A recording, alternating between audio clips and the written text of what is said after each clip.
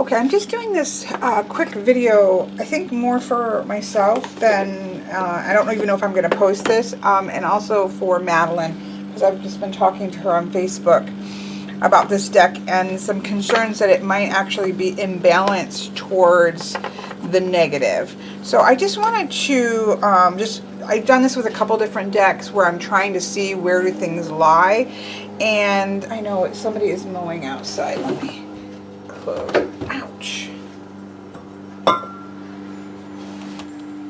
Let me close that, although it's not going to help entirely because it's just next door, so it's so close. But anyways, when I'm not trying to be real fancy here, I'm just trying to kind of get down into here and play with it a little bit and see. So I want to do a quick rundown of the suits real quickly, even though I'm pretty much choosing to ignore the suit structure here. But let's just so we know where things are coming from. We have a set of cards that are have this insignia that's sort of like Earth. It's Earth, so it's the origin. It's where we stand in the middle when we're looking at a birth chart. 1, 2, 3, 4, 5, 6, 7, 8, 9, 10, 11, 12. Whoops. 13, 14, 15, and 16. So we have 16 of those. And these are about wholeness, completion, and a state of being, is what this is looking at. Now, things like fire, the 4 elements, which are going to be very neutral. The underworld, which to me is neutral. Dreams, cosmos, we talked about the elements. Source, multiverse, balance. Plants is one of those that I do think needs to have something more. I may leave this one out. The kind of 4 elements, reincarnation, evolution, mysteries, phenomenon, and then the moon, which also I think very much needs to have a sun. I'm not sure why that was left out. So I would consider those to be very neutral energies. So there are 16 energies there. Then there is the suit of, she calls it the intersection of matter with consciousness, the human influence, or this idea of choice. So we have childhood, we have accomplishment, we have healing, we have anguish, we have attachment, we have memory, we have reflection, we have disguise, protection, support, fertility, and responsibility. Now, I think that I'm just for right now, I guess, pulling out what I would consider the more challenging aspects, because I think that a lot of these could actually be neutral. Like memories can be challenging and can be not. So I definitely think that that could go either way. Reflection, depending on what you're reflecting, right? So technically you could make a case for not so neutrality and that it could go either direction. Support, fertility, responsibility as well could be a weight of responsibility, or it could be the good memories, poor, not so great memories. What are you reflecting? That's going to depend. Responsibilities can be a positive thing, taking responsibility for your own choices, taking responsibility for your own happiness, but it can also be a weight and a burden of responsibility. So I would say that. Disguise can go either way. There are times in which we are just sort of setting up a safe space for ourselves, but I think in general the need to hide ourselves is probably, I would put on the negative for now. I believe attachment is seen here as more negative, and anguish certainly is, but let's take a look at attachment.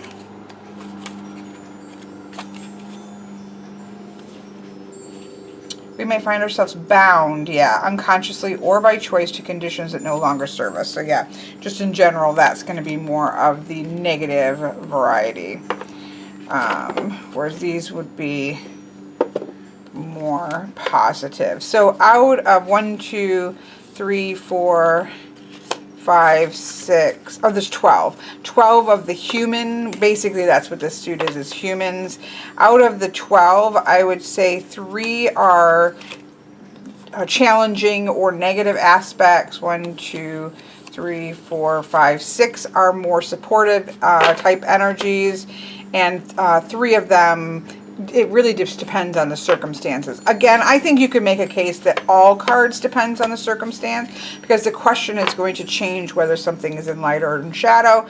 But just for the sake of this review, I'm going to put it that way. Whereas I think that this entire suit here is much more what I would simply call neutral. Although you could probably make a case these could go either way because they're neutral. So I'm just going to kind of do that for right now. So then we have 2 suits, and I don't know that they are the same number, so I am going to count, that the creator themselves list as being positive and negative associations. And so although I will say that after reading a lot of the guidebook, I think that it probably does the deck a disservice to label them that way, because this is about the illuminated earth and the natural forces that are in the world, right?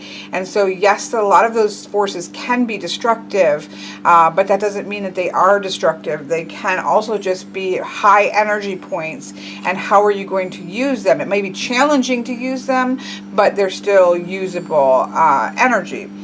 So I personally think having the labeling system might have hurt more than it would help. But let's just count the suits themselves. 1, 2, 3, 4, 5, 6, 7, 8, 9, 10, 11, 12, 13, 14, 15, 16 of the negative. 1, 2, 3, 4, 5, 6, 7, 8, 9, 10, 11, 12, 13, 14, 15, 16, 17, 18, 19.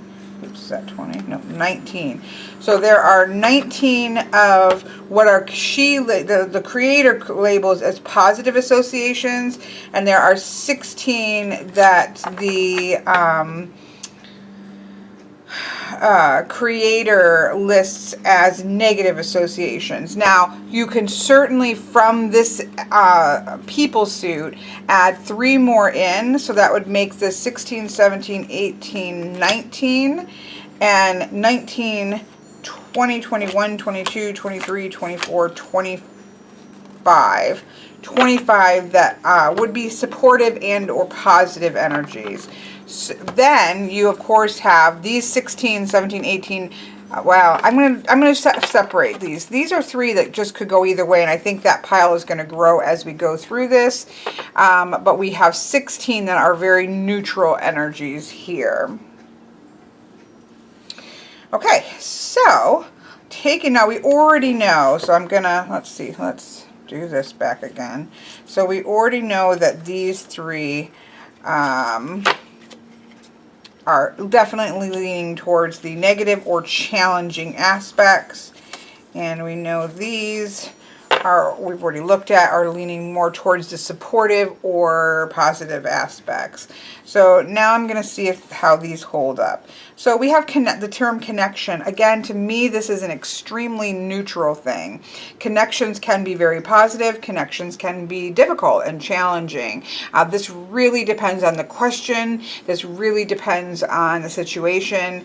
And this depends on the actual question. So I definitely think this is a neutral card. Same thing with release. This is seen as a positive thing. I think it is always supportive to release things that are no longer useful. How would you read this in a negative way? There's a lot of negativity going around to release, but we're actually talking about the action of releasing. obviously you could let go of things that you should be holding on to. So I think that that could go either way, although I think that leans more to being positive neutral. We're playing with piles here, people, playing with piles. Structure here is seen as being positive, but sometimes that is not positive. Sometimes it is, sometimes it isn't. I do think structure can really swing both ways. Sometimes we need energy to shake up. It depends on the question. If you're asking a question that says, you know, I really need my creative energy to just take off so that I can really ride this wave of creativity, and you get a structured card or a number 4 kind of type of card where you're talking about stability, then it's less helpful than it is because of the question that's asked. Relationship, this is just about the energy that two things coming together. This can be in harmony, or this can actually spark fire and cause problems. So I personally would put this as can going either way. I think productivity is probably generally seen as being a positive thing. I can think of ways in which it wouldn't be, but I think I can, you know, for the sake of not being too nitpicky.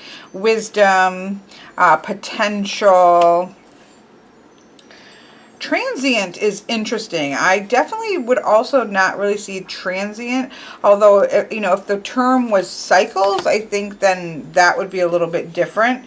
But the idea of transient energy, I think could go either direction.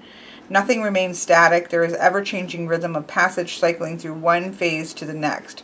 When we observe the transitions of the moon, the seasons, and our own internal tides, we are reminded to go with the flow as changes. Oh yeah, but I think transient energy could go either way. If you're trying to have some stable static energy, that could be problematic as well. So I think I could go either way. Stillness is beautiful. I think you could argue yes if you're not looking for stillness, but I'm still going to put that there. Vulnerability, I think, is definitely goes either way and is certainly not strictly positive. Your path, I think, is actually quite neutral. Harmony, I think, is positive for sure. Meandering could go either way. Depends on the question. If you're looking for a straight path forward, if you're looking to get things done and get things going, meandering energy is not going to be helpful for you. Whereas if you are looking to relax and loosen up a little bit, it's helpful. So that's going to depend very much on the question. Resilience, sorry, my phone is over. There we go. I think abundance, again, you could make some nitpicky arguments, but I'm going to keep it there. Having an epiphany, I think, is always a good thing. Renewal, having gifts, and patience is one of those things you're never supposed to pray for, but I still think it's a good thing to have. And then just for the sake of not being nitpicky, I'm going to go with this as being positive, although I think that you could make an argument for it being neutral. So, and of course, everybody else's could associate these differently, and I'm trying not to pay too much attention or really belabor the point too much. This is how I tend to do these types of videos, because it does help me to see, just in general, the balance of a particular deck. So now we get to the ones that are labeled as challenging. Now, we've got some really obvious ones like eruption, destruction. This one is interesting, and I'm going to read the guidebook on that. Erosion. This I definitely think in this, I'm going to make some mini piles and then make a bigger pile. This is definitely, I think, can go either way.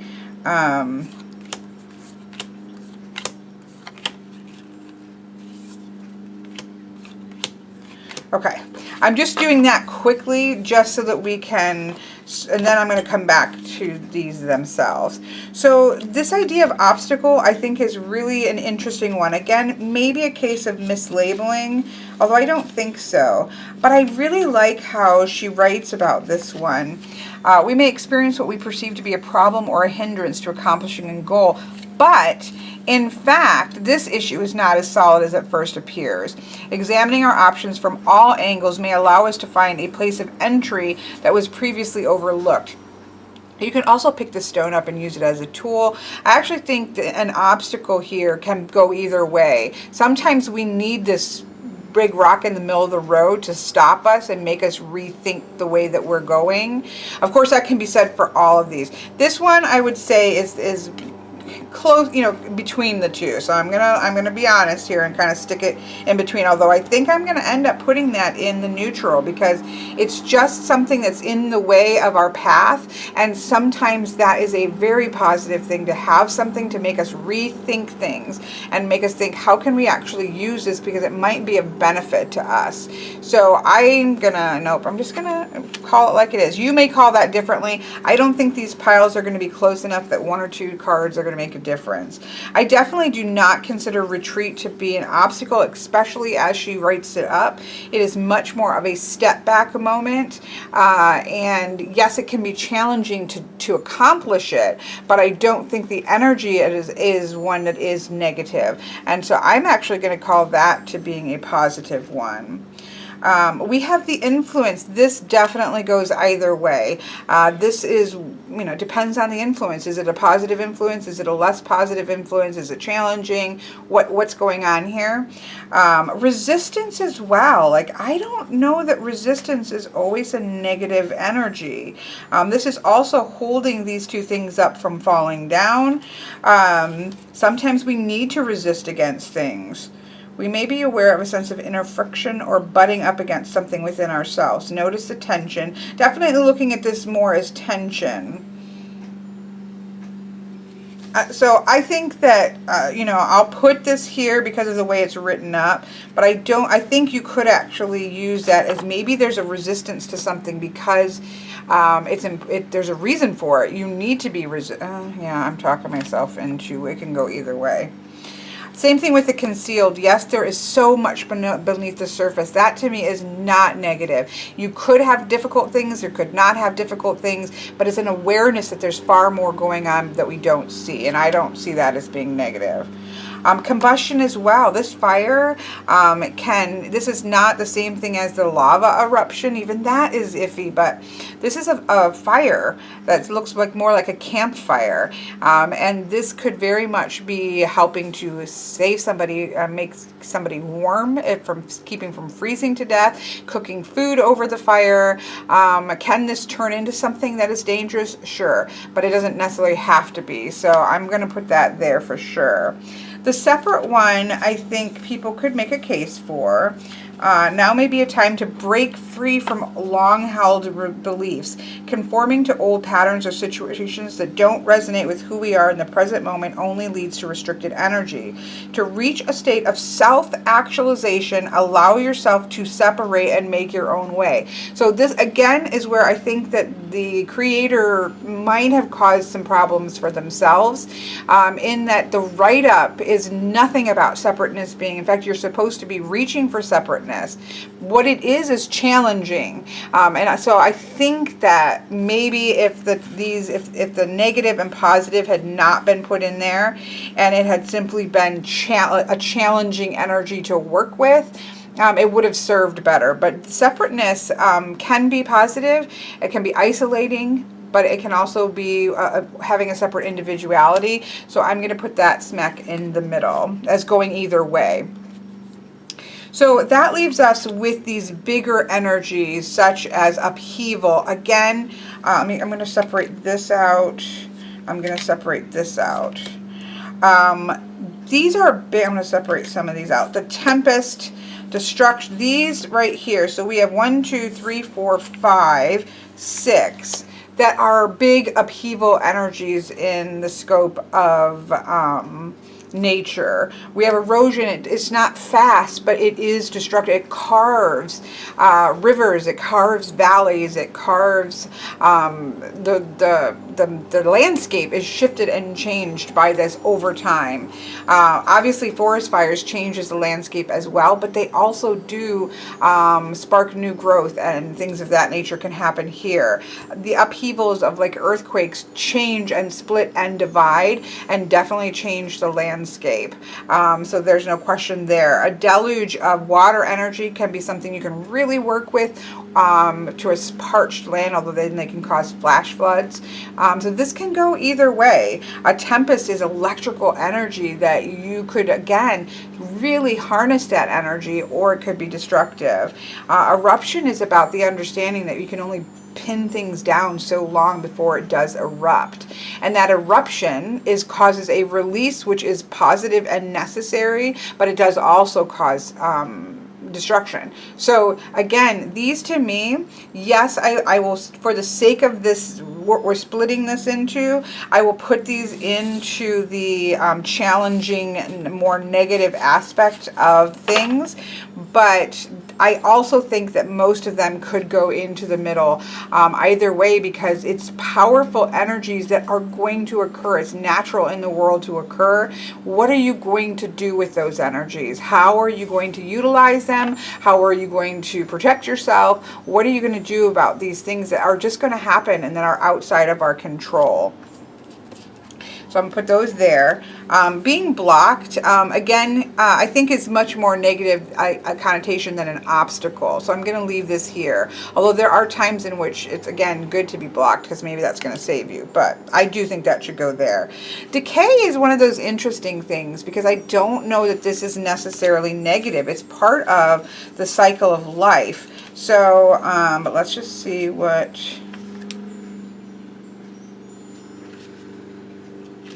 she has here. Consider the end of the life cycle where all living things return to formlessness. What was once succulent with life has reached a state of decomposition, soon to be dust. With respect and humility, relinquish that which has come to its natural end. See, this to me is very neutral. It is part of life. Like this, the world is part. There are times in which things need to just fade away and move, because it's time for the next cycle to. I don't feel like there's any negative connotation other than that we clutch at not wanting to deal with this part of it. But I don't think it's. I'm going to put this in a neutral category. Sorry, folks. Grief, I think we can easily put here. So, again, this is not scientific. This is just, you might come up with different piles, but it just gives you an idea of how you can go through a deck and get a feel for it. So 1, 2, 3, 4, 5, 6, 7, 8, 9, 10, 11. So there are 11 cards that I would see as being challenging, some more than others. Still a degree in which that can go either way depending. So this is out of 63 cards. Yeah, 63 cards. This would depend on the question is going to change how something is being read, and the situation is going to change as how things are going to be read. But in general, I think these are pretty destructive, and I don't even know what I just said. So 1, 2, 3, 4, 5, 6, 7, 8, 9, 10, 11. So I'm going to write this in the book because it is helpful to me. So there are 63 cards. I see 11 as definitely being challenging.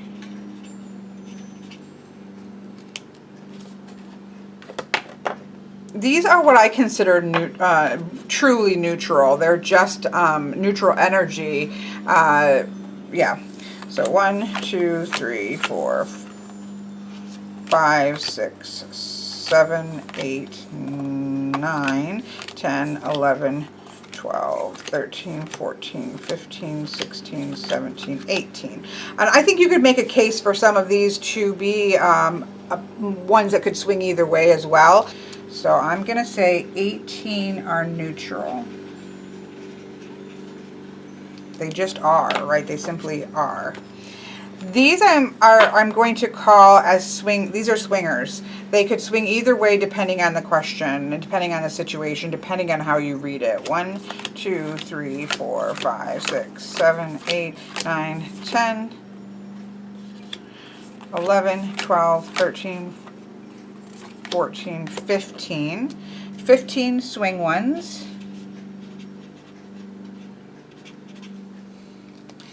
And then this one, I would say, are supportive, or what would be considered positive. Now, again, I think some of these could end up swinging, but I'm just, let's just bear with me. 1, 2, 3, 4, 5, 6, 7, 8, 9, 10, 11, 12, 13, 14, 15, 16, 17, 18, 19. 19 as positive or supportive is probably a better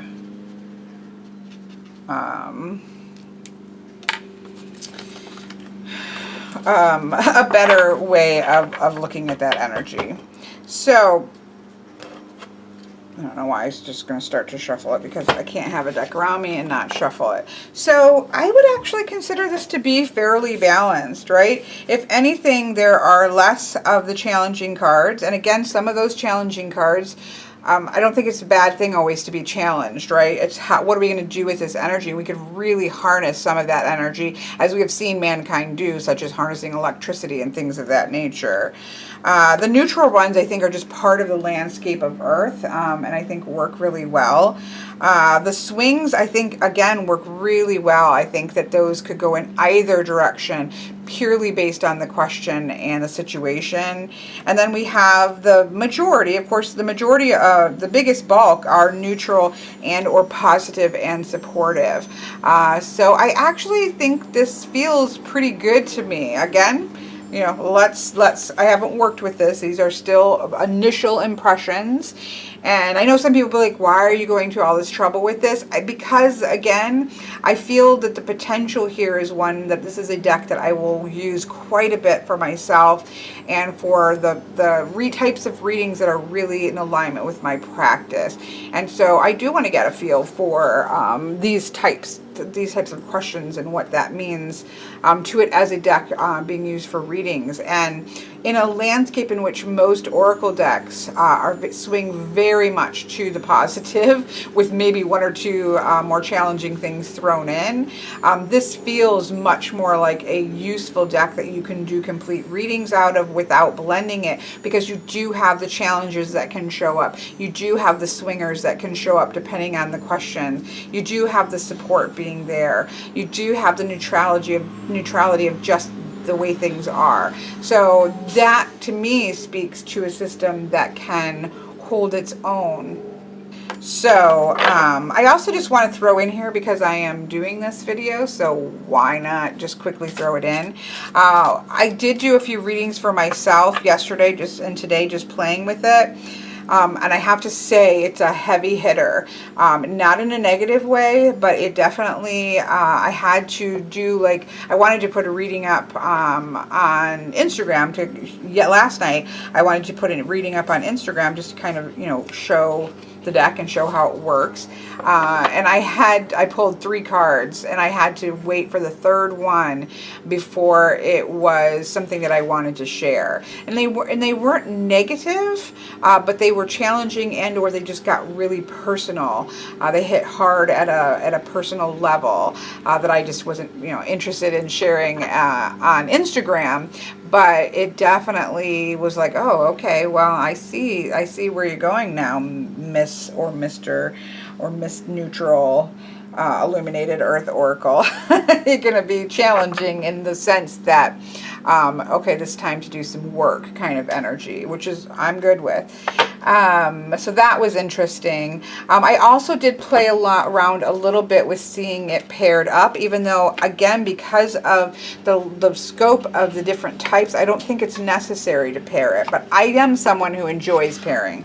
So that's something that does go to mind. And I will say I did a whole bunch last night of the Crow Tarot, because I use this a lot in the kinds of readings that I would see myself using this deck with, such as my ancestor reading or the web reading, or these types of readings. And it really looks fantastic. So I literally just like would lay 3, I laid then 3 more down, and then laid another 3 down, and I did this a lot. You know, I kind of worked my way through the deck that way, and it works. I think it looks really beautiful. It's not like a perfect match or anything. It's not the same style art, but the color tones worked really well with it, and I think that energetically it also worked really well with it. So I was happy to see that, because the Crow Tarot is one that I use a lot in the types of readings that I would use this for.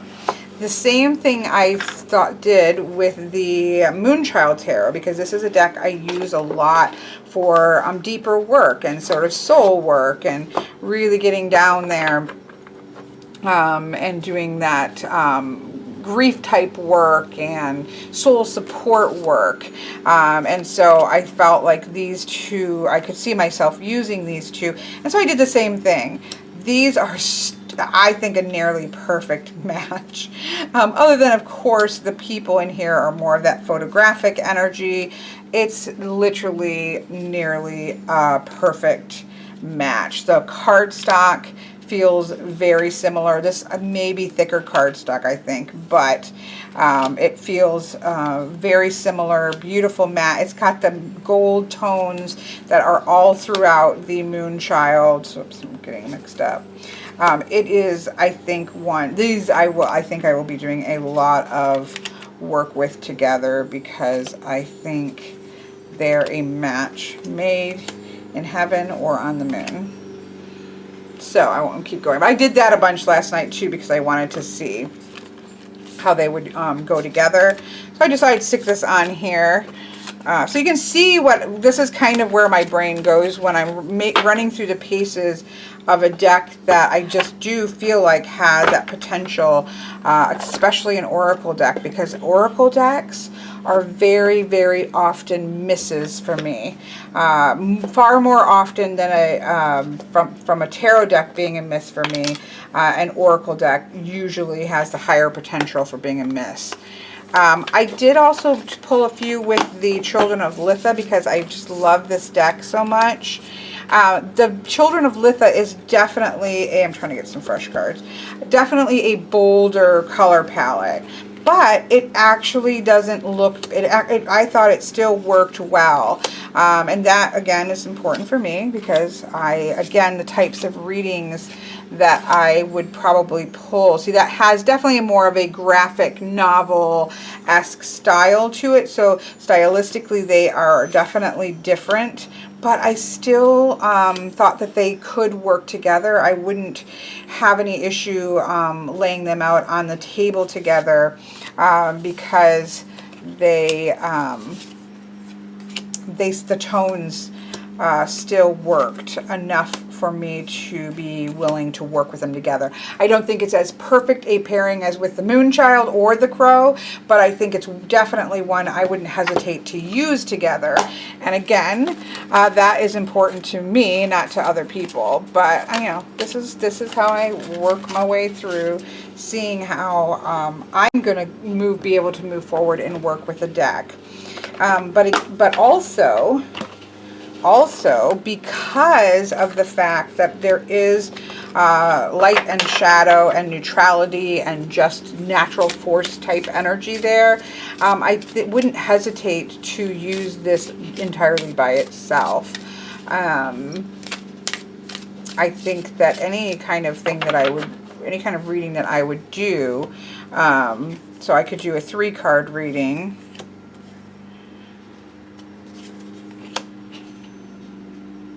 And then do a what to do and what not to do. So that's interesting here, right? What not to do, an epiphany. Don't wait for an epiphany. This isn't a time to sit still and wait for that spark to come. This is actually a time to kind of reach for that abundance. But are you supposed to be productive? Work hard. Get in there and do that work. It's interesting, though, that we do have stillness supporting the abundance. So there is a degree of waiting for stillness, but because of the do and the don't do, I would be leaning more towards there being a need now for productive energy. You could also, again, do the same sort of thing which is something that I like the idea of, because I do enjoy mixing decks. You know, pulling 3 tarot cards like the beautiful Moonchild, and then pulling the do and don't do from there, or vice versa, 3 of these and pulling the do and don't do from the Moonchild. I think that's probably something I will be doing a lot with this deck, because these 2 decks I just think are made for each other. So I'm going to stop now because I think we are over half an hour, and I really just wanted to show my process of working through a deck if it's something like this. And also because I did have a couple people that asked me about what I thought about the balance of the deck. And so there you go. I hope that this helps in some way, and I will see you all another time.